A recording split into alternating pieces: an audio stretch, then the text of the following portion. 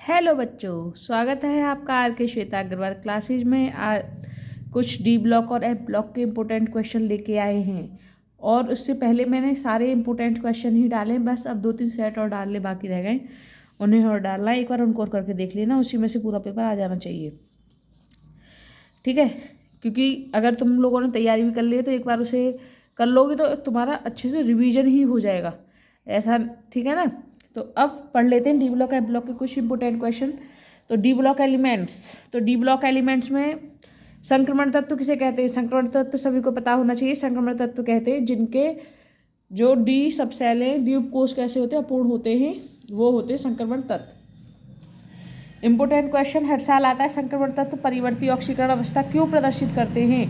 इसका रीजन ये है क्योंकि इनके जो तुम्हें पता है कि डी ब्लॉक में एक NS ऑर्बिटल लेके चलता है और एक N-1D। देखो पहले डी ब्लॉक का सामान्य इलेक्ट्रॉनिक विन्यास कितना होता है, याद रखना, NS1-2 और D1-10, है ना।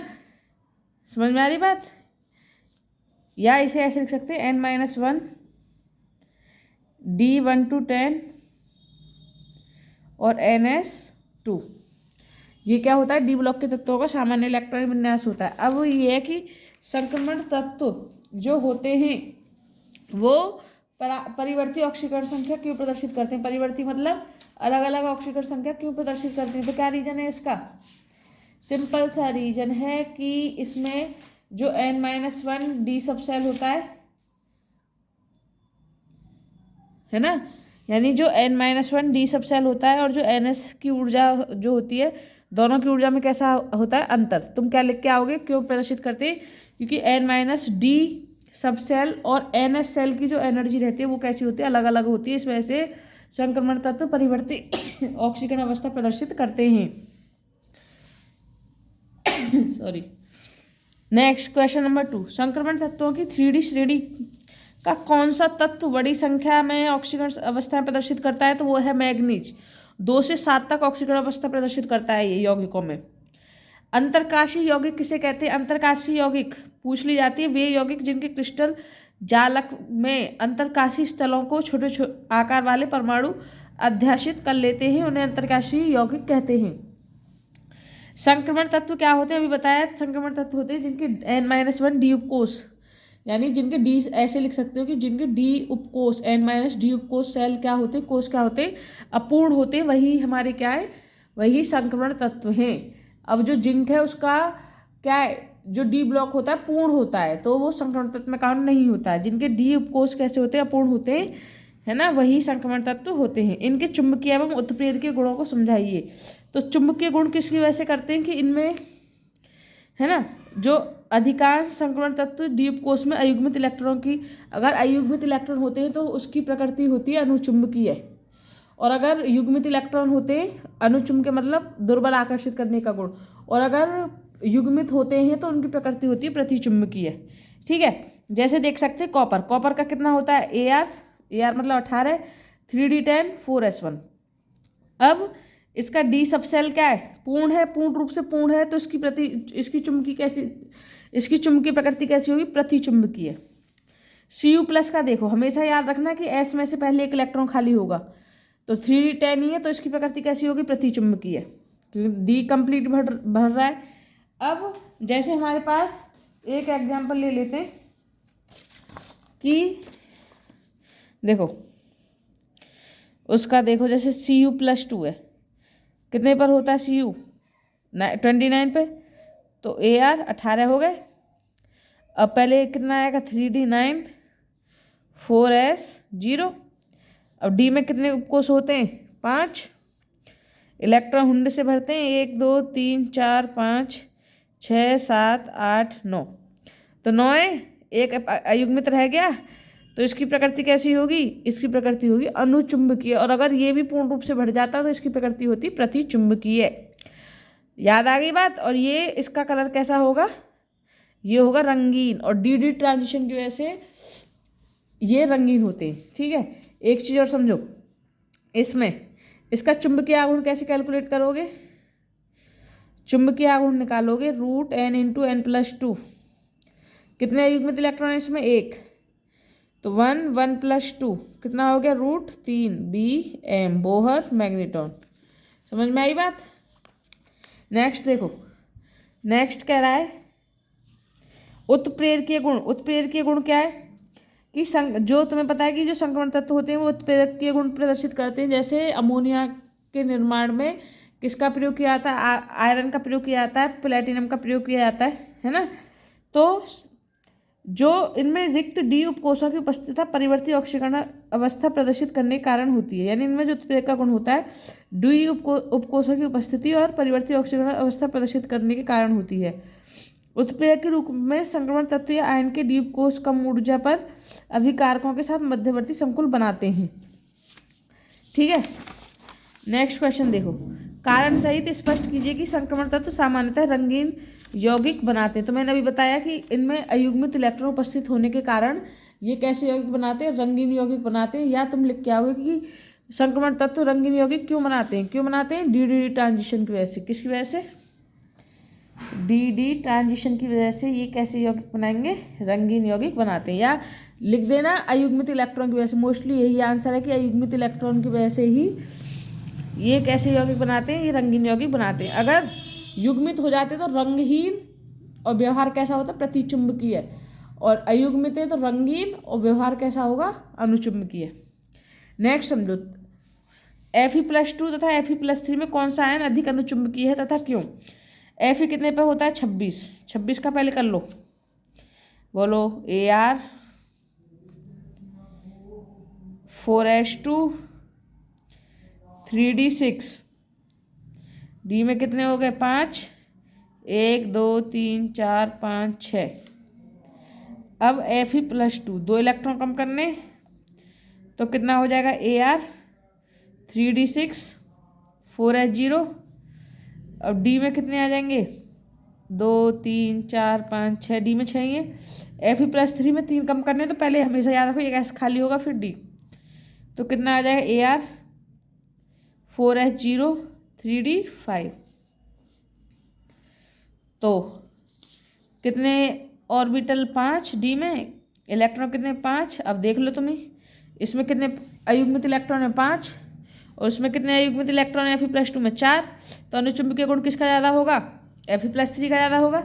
अब कह रहा है Zn+2 लवण रंगहीन होते हैं जबकि Ni+2 लवण रंगीन होते हैं। तो तुम सिंपल भी लिख सकते हो कि Zn+2 में कैसे आयन होते हैं, Zn+2 में युग्मित इलेक्ट्रॉन होने की वजह से ये रंगहीन होते हैं, जबकि Ni+2 में अयुग्मित इलेक्ट्रॉन होने की वजह से ये कैसे रहेंगे, रंगीन।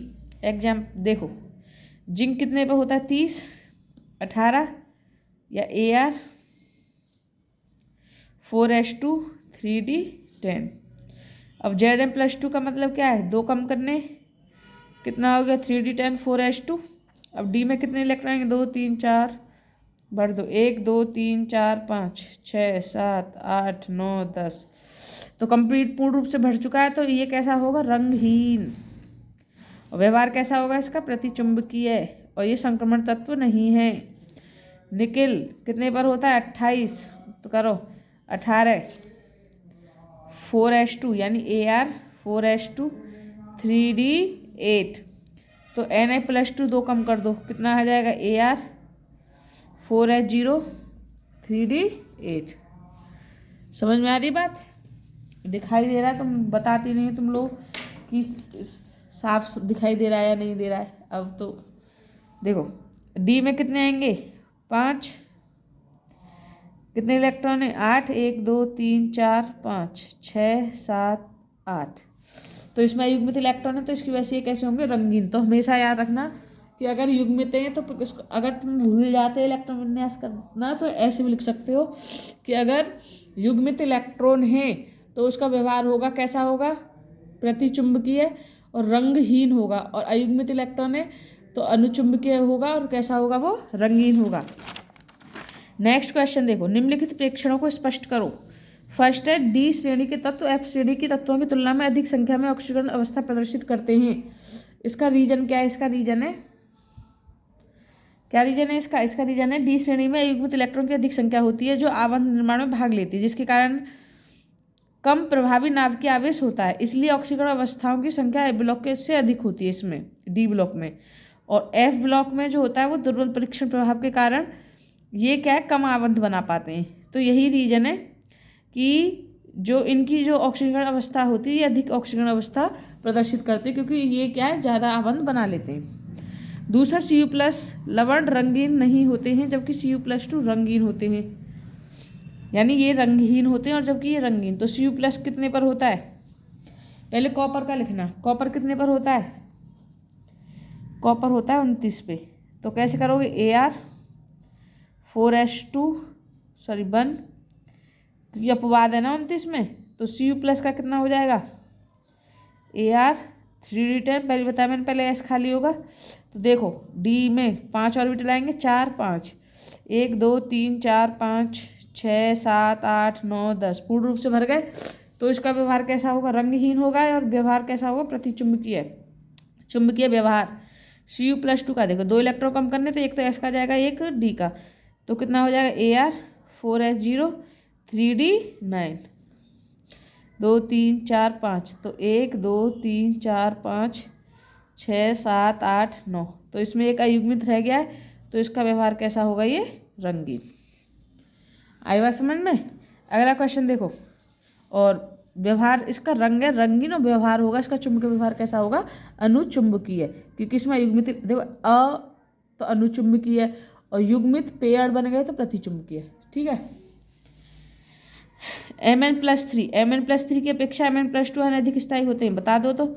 मैग्नीज कितने पर होता है, बोलो 25। तो कितना हो जाएगा, Ar4S2 20 3D5। अब Mn+3 का देख लो। +3 का मतलब कितने इलेक्ट्रॉन कम करने, 3। ये तो 0 हो गया, 2 तो इसमें से कम हो गया, 1 इसमें से, 3D4। तो D में भर दो 4, 1 2 3 4। Mn+2 Ar 2 कम करने, 4S0 3D5। 1 2 3 4 5 इलेक्ट्रॉन भरे जाएंगे। अब देखो इसमें एक क्या है, इसमें अर्धभरित नहीं है पूर्ण रूप से, एक खाली रह गया, इसमें अर्धभरित है। तो इसका क्या होगा, ये ज़्यादा स्थायी है Mn+2, क्योंकि इसमें कंप्लीटली क्या है, अर्धभरित है, और इसमें एक खाली रह गया ऑर्बिटल, इसलिए ये क्या है, कम स्थायी है।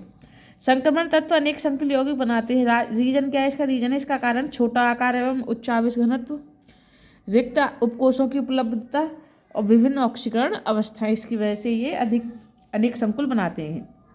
Zn+2 लवण सफ़ेद होते हैं, जबकि Cu+2 के लवण नीले।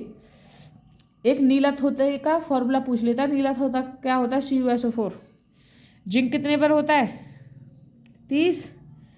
Ar4S2 3D10। बस तो पता चल गया होगा, सफ़ेद है तो कैसा है, युग्मित होंगे, और वो नीला कलरफुल है तो इसका मतलब हमें अयुग्मित होंगे। भूल जाओ तो इलेक्ट्रॉन विन्यास करना, तो ये कंसेप्ट याद रखना, युग्मित तो रंगहीन, अयुग्मित तो रंगीन। तो करें, Zn+2 का कितना हो जाएगा,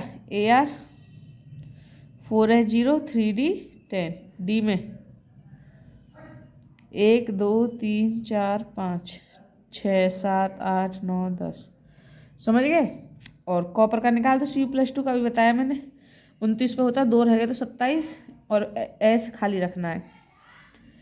3D कितने हो गए, 18 और 9 27, बढ़ दो 6 7 8 9। तो Zn+2 सफ़ेद क्यों है, क्योंकि इसके क्या है, जो इलेक्ट्रॉन है कम्प्लीटली फिल्ड है, और Cu+2 में क्या है, इलेक्ट्रॉन कम्प्लीटली फिल्ड नहीं है, अयुग्मित है, इसकी वजह से इसका रंग नीला है।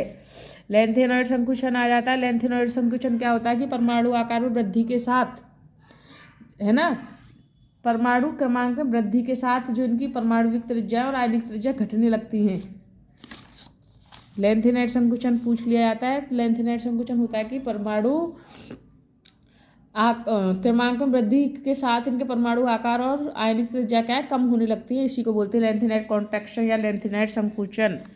समझ में आई बात। ठीक है, 1 2 वैसे मैंने सारे इम्पोर्टेंट ही डाले, 1 2 कोई रह गया वैसे है नहीं, है ना। पोटेशियम पर मैग्नेट, पोटेशियम डाइक्रोमेट में से पहले तो क्वेश्चन आते थे, पर अब आए नहीं है कई सालों से। अब बताना आयरन किस ब्लॉक का तत्व है, डी ब्लॉक का। कौन कौन से तत्व आते हैं डी ब्लॉक में भाई, 3D तो याद रख के जाओ 21 से 30 तक, cadmium, titanium, vanadium, chromium, manganese, iron, है ना। फिर क्या आता है, कोबाल्ट, निकिल, कॉपर, जिंक। उपसह संयोजी यौगिक के मैं क्वेश्चन पहले भी करा चुकी, पर अब फिर करा रही हूँ, जल्दी जल्दी खत्म करते हैं। जलीय विलयन में किए गए निम्नलिखित प्रेक्षणों के आधार पर निम्नलिखित यौगिकों में धातुओं की द्वितीयक संयोजकता बताइए। द्वितीयक संयोजकता किसके बराबर होती है, द्वितीयक संयोजकता होती है, हमेशा याद रखो, उपसह संयोजक संख्या की, समन्वय संख्या की, यानी लिगेंडों की संख्या की। पर ये कह रहा है कि ये सूत्र है और इसमें आधिक्य में ये GnO3 मिलाने पर एक मूल यौगिक से, यानी इसने क्या किया है कि इस यौगिक को AgNO3 के साथ मिला दिया है। हमेशा याद रखो द्वितीयक संयोजकता कभी अनायनिक होती है, जबकि प्राथमिक संयोजकता आयनिक होती है, यानी वो निकल जाती है, प्रति आयन की तरह बिहेव करती है। तो जब इसने AgNO3 के साथ मिक्स किया तो AgCl के कितने मोल बने, 2। यहाँ 2 है, मतलब AgCl इतने बन गए। तो यानी 2, ये तो मैंने क्या बताया, द्वितीयक संयोजकता अनायनिक होती है, आयनों में नहीं टूटती है, जबकि प्राथमिक संयोजकता आयनिक होती है, वो निकल जाती है। तो यानी 2 Cl किसके साथ निकल गए, इसके साथ, बचे कितने, 4NH3। तो यानी ये चारों लिगेंड की तरह बिहेव कर रहे हैं, तो इसकी द्वितीयक संयोजकता यानी कितनी आएगी, द्वितीयक संयोजकता, इसकी द्वितीयक संयोजकता आएगी 4। दूसरा देखो NiCl2 6H2 तो 2 AgCl निकल गए भाई, AgCl नहीं निकल रहा है तो 2 तो Cl निकल गए Ag के साथ। अब यहाँ क्या बचा, सिर्फ ये तो CMI होगी, 6H2 बचे, तो इसकी द्वितीयक संयोजकता कितनी होगी, 6। ये लिगेंड की तरह बिहेव कर रहे हैं। अगला देखो 0, एक भी नहीं निकला है, तो मतलब ये सारे किसकी तरह बिहेव कर रहे हैं, द्वितीयक संयोजकता की तरह। तो कितनी हो जाएगी, 4 Cl के, 2 HCl के, इसकी भी आ गई 6। एक Cl निकला है, तो एक Cl निकला है मतलब एक AgCl निकला है। तो देखो यहाँ कितने Cl रह गए, 2, यहाँ रह गए 4, तो टोटल कितने रह गए, 6। इसकी द्वितीयक संयोजक कितनी आई, 6, क्योंकि एक ही तो निकला है, 2 ये बचे, 4 ये बचे। नेक्स्ट है एक भी नहीं निकला, 0 AgCl, तो मतलब ये सब लिगेंड की तरह बिहेव कर रहे हैं। पहली तो CMI होगी, अब कितने बचे, 2 और 2 4, तो इसकी द्वितीयक संयोजकता कितनी होगी, 4। नेक्स्ट क्वेश्चन देखिए, संकुलाइन CONH3 का होल 5 NO2 और ONO। ये तुम्हें पता है एम्बिडेंटेड लिगेंड होते हैं। एम्बिडेंटेड लिगेंड क्या होते हैं, जो ऐसे लिगेंड होते हैं जिसकी दो साइड डोनर होती हैं, 2 साइड से वो क्या कर सकते हैं, इलेक्ट्रॉन लूज कर सकते हैं, पर एक बार में एक ही साइड इलेक्ट्रॉन लूज करेगी।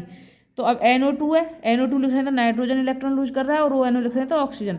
तो ये कौन सा हो गया, ये हो गया, बताओ जल्दी कौन सा होगा ये, लिंकेज समावयवता। कौन सी समावयवता प्रदर्शित कर रहा है, लिंकेज समावयवता, या इसे बोलते हैं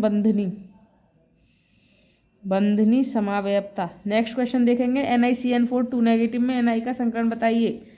तो देखो एक देखो ध्यान से, निकल कितने पर होता है, 28, Ar लिखोगे पहले, 4H2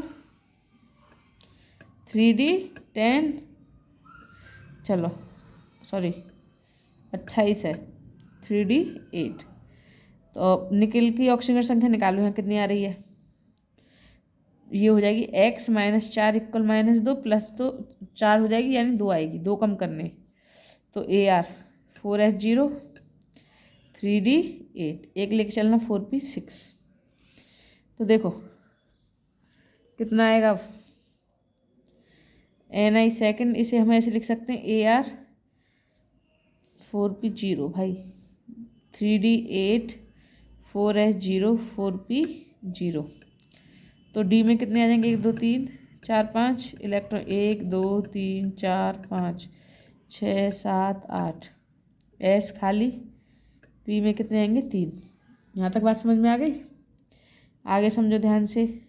अब इसे कौन अप्रोच कर रहा है, CN अप्रोच कर रहा है। तो जब CN अप्रोच करेगा है, CN क्या है, एक CN प्रबल लिगेंड है। जब इसे CN अप्रोच कर रहा है तो ये कैसे हो जाएंगे, ये सभी हो जाएंगे युग्मित। जब CN इसे अप्रोच करेगा तो ये कैसे हो जाएंगे, सभी हो जाएंगे ये युग्मित हो जाएंगे।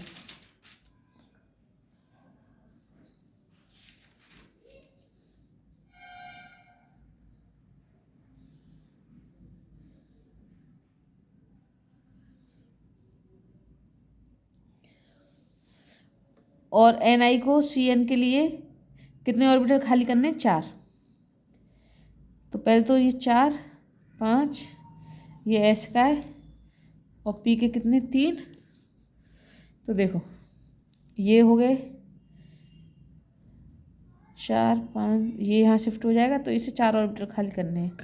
1 2 3 4, तो ये बना 1 2 3 4, तो 4 ऑर्बिटल प्रिपेयर किए इसने, एक जिसमें डी का मिक्स किया, एक एस का, 2 पी के। तो ये कौन से नए ऑर्बिटल हैं? DsP2 DsP2 DsP2, ठीक है। और DsP2 की संरचना कैसी होती है? DsP2 की संरचना होती है वर्ग समतलीय। तो यहाँ CN क्या करेगा? एक एक लिगेंड लूज कर सकता है, एक एक लॉन पेयर। CN तो लिगेंड ही है ना खुद। तो संकरण कितना आ गया इसका? संकरण आ गया DsP2। समझ में आई? चुंबकीय आघूर्ण कितना आएगा इसका? 0। देखें तो चुंबकीय आघूर्ण आएगा 0। समझ में आई बात? और प्रतिचुंबकीय होगा, संरचना कैसी होगी इसकी? संरचना होगी वर्ग समतलीय। नेक्स्ट, एक दंतु लिगेंड क्या किसे कहते हैं? जब एक लिगेंड धातु आयन में एक दाता परमाणु जुड़ता है तो एक दंतु, 2 दाता परमाणु द्वारा जुड़ता है तो द्विदंतु। उभयदंतु मैंने बताया था अभी कि एक ही लिगेंड दो भिन्न परमाणु द्वारा जुड़ सकता है, उसे उभयदंतु या एम्बिडेंटेट के नाम से पूछ लेता है। जैसे NO2, तो यानी नाइट्रोजन मेटल को लोन पेयर दे रही है। ONO लिख रहे हो तो ऑक्सीजन मेटल को लोन पेयर दे रही है। SCN लिख रहे हो तो S दे रही है। NCS लिख रहे हो हैं तो कौन दे रहा है? यहाँ नाइट्रोजन दे रहा है। तो नेक्स्ट क्या है? निम्नलिखित उपसहसंयोजी सत्ता में धातुओं की ऑक्सीकरण संख्या का उल्लेख करो। ऑक्सीकरण संख्या निकालनी है CMI की। X हमेशा याद रखिए, H2O, NH3, EN, CO, इनकी कितनी लगाओगे ऑक्सीकरण संख्या? इनकी लगाओगे 0। तो X मानो CO को, H2O की 0, CN पे -1, EN की 0 इंटू 2 इक्वल, जब जितना चार्ज हो इक्वल में जाएगा। X -1, ये तो 0 हो गई, इक्वल +2, उधर ले जाएंगे प्लस की हो जाए, X इक्वल 3। जैसे PT की निकालनी, X -4 इक्वल -2, X -2 + 4 कितनी आ रही है? यहाँ 2, बाकी खुद निकालना। IUPAC नियमों के आधार पर निम्न के सूत्र लिखो। चलो 2 बता रही हूँ मैं। सूत्र कैसे लिख रहे हो? जैसे याद रखना, डाई ट्राई इनसे स्टार्टिंग हो रही है तो मतलब लिगेंड दे रखें, तो टेट्रा हाइड्रोक्साइड हो, और इससे पहले जो होगी वो CMI होगी रोमन नंबर से पहले। तो टेट्रा कितना है? हाइड्रोक्साइड हो, OH का होल 4, जिंकेट मतलब ZN, 8 मतलब ऐसे नेगेटिव ही आएगा, 8 तभी तो लगाते हैं। तो निकाल लो पहले इसके ऑप्शन में, 2 -4 कितना आएगा? -2, तो पूरा लिख के आना, -2 बचेगा इस पर। लास्ट वाला देख लो, एक pentaammine nitrito N cobalt. Nitrito N का मतलब नाइट्रोजन वाली साइड लॉन पेयर लूज कर रही है, तो पेंटाएमीन है, एमीन मतलब NH3 का 5 और NO2 लगाओ। कोबाल्ट थर्ड, इसकी ऑक्सीकरण संख्या निकाल लो 3। NH3 की अभी बताइए मीन 0 होती है और NO2 पे कितना होता है? -1, तो इस पर कितना चार्ज आ जाएगा? +2। आई बात समझ में? बाकी खुद करोगे, राइटिंग सुभान अल्लाह ही है। अगला देखो, IUPAC नियमों के आधार पर निम्न के नाम लिखिए। नाम लिखने इनके कैसे लिखोगे? तो पहले लिगेंड का नामकरण होता है, अगर यहाँ CMI पॉजिटिव नहीं है तो कैसे करोगे? 4 के लिए क्या लगाओगे? टेट्रा, NH3 के लिए एमीन, Cl के लिए, और एक ही वर्ड में लिखना क्लोराइडो, NO2 के लिए, और स्मॉल लेटर में लिखना है सब कुछ, नाइट्राइटो। अब यहाँ नेगेटिव है, यहाँ पॉजिटिव है, तो सिंपल नाम लिखा जाएगा CMI का कोबाल्ट। अगर यहाँ नेगेटिव होता तो इसके नाम में क्या जोड़ देते? ATE। इसकी ऑक्सीकरण संख्या निकालो। कोबाल्ट 0, -1 और -1 और -1 -2, और बाहर Cl है -3, यानी कितनी आ गई? थर्ड। बाहर Cl के लिए क्या लगा दोगे? क्लोराइड। लास्ट वाला देखो, इसको कैसे कर लोगे? 6 के लिए हेक्सा, H2 के लिए क्या लिखते हैं? एक्वा, मैग्नीज, और कितनी ऑक्सीकरण संख्या निकलेगी? X +0 होगी इसकी, तो इक्वल में +2, तो 2 ही लगेगी। सेकंड और पीछे लगा देंगे आयन, भूल जाओगे तब भी कोई प्रॉब्लम नहीं है आयन के लिए। नेक्स्ट, प्रकाशिक समावयवों की संरचना बनाओ। प्रकाशिक समावयव में कौन कौन सी फॉर्म बनती है? डेक्स्ट्रो एवं लीवो। तो एक C2O4 कितने साइड से जुड़ता है? 2, तो कैसे बनाओगे? अष्टफल की बनेगी, 3 4 5 6, एक C2O4, एक C2O4, एक C2O4, डी फॉर्म, और प्रकाशिक में दर्पण का यूज करते हैं। तो इसकी एल फॉर्म कैसे बनेगी? 1 2 3 4 5 6, ये इसकी एल फॉर्म हो गई। ठीक है। सेम PtCl2En का होल ट्वाइस कैसे बनाओगे? इसमें 6 लिगेंड ने तो अष्टफल की संरचना बनेगी, मतलब उपस्थिति संख्या 6 जाती। ठीक, तो एक EN Cl डी फॉर्म। और जो प्रकाशिक समवायिकता कौन प्रदर्शित करता है? जो एक दूसरे को अध्यारोपित नहीं करते हैं वो प्रकाशिक समवायिकता प्रदर्शित करते हैं। तो इसकी क्या बन जाएगी एल फॉर्म? PT 1 2 3 4, उल्टा ही तो करना है, EN Cl निम्नलिखित उपस्थिति सत्ता में ज्यामितीय समवाय संभव है। अब देखो ज्यामितीय से सब ट्रांसफॉर्म बनते हैं, अब समान है तो ट्रांस कैसे बनेगी? तो ये तो करेगा ही नहीं भाई। C2 हाँ प्रकाश ही कर देगा। C2O4 के होल थ्राइस की बन गई ये सिस फॉर्म। क्या इसकी ट्रांस कभी बन पाएगी? ट्रांस कहाँ दिखाओगे? नहीं बनेगी, तो ये नहीं प्रदर्शित करेगा। CONH3 का होल थ्राइस का Cl3 देखो, पहले तो देखो उपस्थिति संख्या कितनी है? 6, 3 और 3 6, 2 3 4 5 6 करो। NH3 Cl तो कर दो, सिस फॉर्म हो गई इसकी। ट्रांस कैसे बनेगी? CO 1 2 3 4 5 6, यहाँ क्या आ जाएगा? Cl NH3 और जी इधर आ जाएगा Cl और इधर आ जाएगा NH3। इधर NH3 कर लो, इधर Cl, ये इसकी होगी ट्रांसफॉर्म। ठीक है।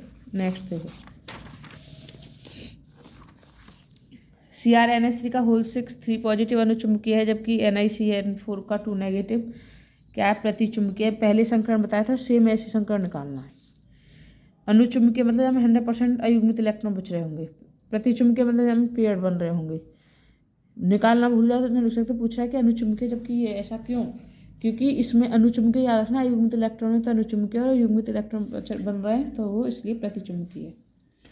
निम्न आयनों में से किसके चुंबकीय आघूर्ण का मान सर्वाधिक होगा? जिसमें युग्मित इलेक्ट्रॉन की संख्या अधिक होगी वही उसी का मान सर्वाधिक होगा। तो Cr कितने पर होता है? कितने पर होता है Cr? है 24 और करो तो Ar 4s2 20 3d4 और Cr की यहाँ पे +3 है, तो Ar कितनी बचेगी? सिर्फ 3d3। Fe की निकालो, Fe कितने में होता है? 26। Ar 4s2 3d6, 2 कम करने खाली हो जाएगा। Ar 4s0 3d6 कितने आएंगे हमें अयुग्मित? 2 3 4 5 6। ठीक, जिंक में तो तुम्हें बताया होता ही नहीं है एक भी, तो इनमें सर्वाधिक किसका मान निकल के आएगा? क्योंकि हम 4 हैं, हम 3 है, बात इसी का निकल के आएगा। KCO का होल फॉर्म में कोबाल्ट की ऑक्सीकरण संख्या है, निकालो। कोबाल्ट मानो x, CO की कितनी लगाएंगे? 0 × 4 और K पे कितना चार्ज होता है? +1 -1। ठीक, नेक्स्ट देखो, कुछ शॉर्ट में क्वेश्चन है, ये मैं पहले बता चुकी हूँ। वैसे 180 ग्राम जल में मोल कैसे निकालोगे? मोल भार बट्टे अणुभार, भार कितना दे रखा है? 180, अणुभार कितना 18 है, तो कितने मोल आ जाएंगे? 10। शून्य कोटि की अभिक्रिया याद रखना है, H2 + Cl2 gives us 2HCl। ये कह रहा है कि CrH2 का होलफुल Cr2+ आयन में Cr की संयोजकता कितनी होती है? तो निकाल लोगे ना, कैसे निकालोगे? x H2 का 0 × 4 -1 × 2 = +1, तो इसकी कितनी निकल के आ रही है? ये तो 0 हो गया, +3 आएगी। अब देखो क्वेश्चन मैंने अभी बताया था, 1 मोल CrCl3 6H2 को AgNO3 के साथ मिला रहे हैं, तो AgCl के 3 मोल बनते हैं, तो संकुल का सूत्र क्या होगा? जब इसे AgNO3 के साथ मिलाया तो 3 AgCl निकल गए, तो 6 तो लिगेंड कर रहे होंगे काम। ये तो आयन है, ये तो प्राथमिक संयोजकता है, तो इसका योग क्या बनेगा? ये बनेगा। ये कह रहा है कि ये किस प्रकार की समवायिकता प्रदर्शित कर रहे हैं। भाई यहाँ देखो, NH3 का होल 5, NH3 का होल 5, Cl है यहाँ Br है, तो ये तो किसी भी प्रकार की प्रदर्शित नहीं कर रहा है। आगे देखो, ये किसकी कर रहा है, ONO आ जाए, ONO, NO2, NCS, SN कुछ भी आ जाए, वो हमेशा याद रखना लिंकेज या बंधनीय समानता प्रदर्शित करेगा। यहाँ में CO की समन्वय संख्या निकालनी है, तो कैसे निकालोगे? समन्वय संख्या क्या होती है? लिगेंडों की संख्या या दाता परमाणुओं की संख्या को समन्वय संख्या बोलते हैं। तो EN कितनी देता है एक बार में? 2, तो 2 EN कितने देंगे? 4, और Cl के 2 कितने आ गए? 6। हेट्रोलेप्टिक संकर क्या है? जिसमें हेट्रोलेप्टिक मैंने पहले बताया था, होमो मतलब अगर एक ही प्रकार के लिगेंड जुड़े होते तो वो तो होते हैं होमोलेप्टिक, और हेट्रोलेप्टिक मतलब जब में अलग अलग प्रकार के लिगेंड जुड़े होंगे, जैसे CN एक ही प्रकार के जुड़ रहे हैं होमो, I एक ही प्रकार के जुड़ रहे हैं होमो, NH3 एक ही प्रकार के जुड़ रहे हैं होमो, इसमें NH3 और SO4 दो प्रकार के जुड़ रहे हैं, तो ये हो गया हेट्रोलेप्टिक लिगेंड। नेक्स्ट देखो, ये पिछले टॉपिक्स के क्वेश्चन है, एक बार कर लेना, इनको करा दी वैसे मैंने। उपसहसंयोजन संख्या को उदाहरण द्वारा समझाइए। उपसहसंयोजन संख्या बताई मैंने, या समन्वय संख्या, दाता परमाणु की संख्या को ही उपसहसंयोजन संख्या कहते हैं। जैसे कोई भी एक एग्जाम्पल दिखा देना, 4 नंबर के IUPAC 100% आएंगे, तो IUPAC अच्छे से तैयार कर लेना। NiCN का होल 4 कितने? 4 है यहाँ में, तो इसकी उपसहसंयोजन संख्या कितनी आ गई? 4। एक इस टॉपिक को पढ़ लेना कि निम्नलिखित पदों की व्याख्या करो। केंद्रीय धातु आयन, CMI कौन होता है? जो लिगेंड से जुड़ता है। लिगेंड कौन है? जो CMI को लोन पेयर त्यागता है। उभयतंतु एम्बिडेंटेड लिगेंड किसे कहते हैं? जिसके पास एक से अधिक क्या होते हैं, मतलब एक ही लिगेंड में एक से अधिक यानी 2 भिन्न परमाणु द्वारा जुड़ सकता है, वो एम्बिडेंटेड लिगेंड होता है। जैसे NO2 लिख रहे हैं तो नाइट्रोजन लोन पेयर दे रहा है, ONO लिख रहे हैं तो ऑक्सीजन लोन पेयर दे रहा है। ये क्वेश्चन स्वयं पीछे वाला कि CN4 प्रतिचुंबकीय क्यों है? क्योंकि इसमें क्या युग्मित इलेक्ट्रॉन है, और ये इसमें अयुग्मित इलेक्ट्रॉन है, इस वजह से ये कैसा होगा? अनुचुंबकीय होगा। लास्ट क्वेश्चन, जैविकीय निकायों में उपसहसंयोजन यौगिक का महत्व उदाहरण द्वारा समझाइए। ये रहे, तो एक बार इनको पढ़ लेना, ठीक है। नेक्स्ट है CrCO का होल 6 की संरचना तथा चुंबकीय व्यवहार स्पष्ट करना। जैसे पहले समीकरण बताया था, ऐसे ही ये क्वेश्चन होगा, ठीक ना हो तो मुझसे एक बार बता देना, आज ही बता देना, जिससे मैं तुम्हारे और क्वेश्चन लिस्ट पे सेंड कर सकूं। ओके, ठीक है, बाय। हाँ, एक चीज़ और, बच्चे जैव अणु के क्वेश्चन कह रहे हैं, तो जैव अणु में याद रखो प्रोटीन, पेप्टाइड आबंध, प्रोटीन की संरचना, द्वितीयक संरचना, प्राथमिक संरचना तो नहीं आती, द्वितीयक आ जाती है, और प्रोटीन्स का विकृतीकरण में डाले हुए क्वेश्चन एक बार देख लेना। और प्रोटीन का विकृतीकरण हो गया एक, उसमें ग्लूकोज के जो गुण हैं कि इनमें लंबी श्रृंखला क्यों होती है, सीधी श्रृंखला क्यों होती है, एल्डिहाइड ग्रुप क्यों होता है, 5 OH ग्रुप, ये सब प्रूफ करने के लिए पूछ लेता है। और एक टॉपिक और आ जाता है इसमें, DNA और RNA में अंतर। समझ में आ रही बात? DNA और RNA में अंतर, प्रोटीन की संरचना, पेप्टाइड आबंध, ग्लाइकोसाइडिक लिंकेज, ये टॉपिक्स आते हैं जैव अणु में से, ठीक। ओके, अब मैं 3-4 सेट और सॉल्व करवाऊंगी इसमें, तो उनको एक बार ज़रूर कर लेना। Okay, bye.